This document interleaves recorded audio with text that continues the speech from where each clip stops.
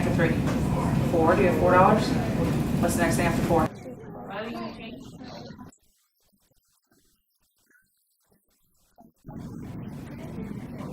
With our special needs program here, we have a lot of students with varying exceptionalities. There are students with autism that have behavioral conditions, so when the power goes out, they may not understand quite why it has, which can set them off and they can go into crisis mode.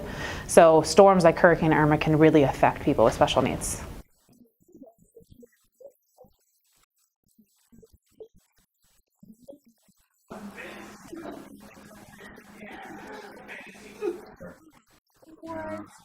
Which one's your favorite?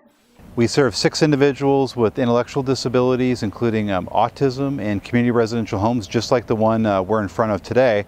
And when the hurricane struck, all of our homes lost power. So the individuals in the home, they need assistance in activities of daily living, they need assistance with maintaining their room, clothing maintenance, they need assistance, they have deficits in coping skills and social skills. And when the power's out, those deficits oftentimes are magnified.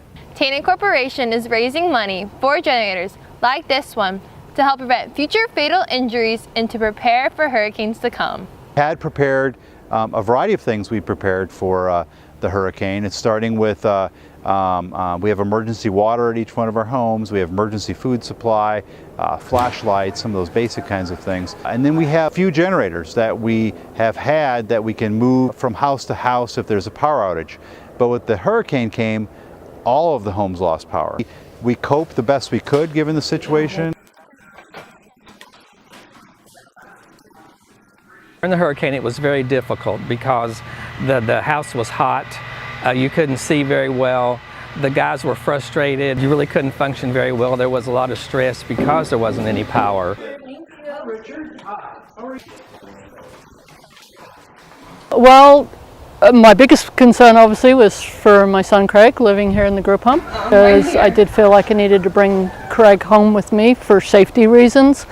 A lot of the guys have real struggles out of their normal routine, and it can provoke some behaviors, my son included. When I think about Craig and David and Mike and are just examples of some of the individuals we support, and the idea that they went in during a hurricane or some sort of power outage, the idea that we can provide an environment that would be safe and would promote dignity.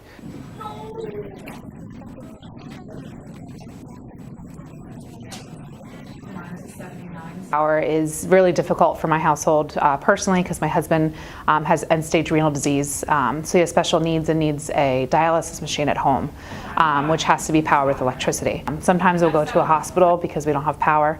Thank goodness we were able to get a generator this year for Hurricane Irma. His dialysis machine was the only thing that could be powered, and that kind of kept him alive during the hurricane, so it was really important.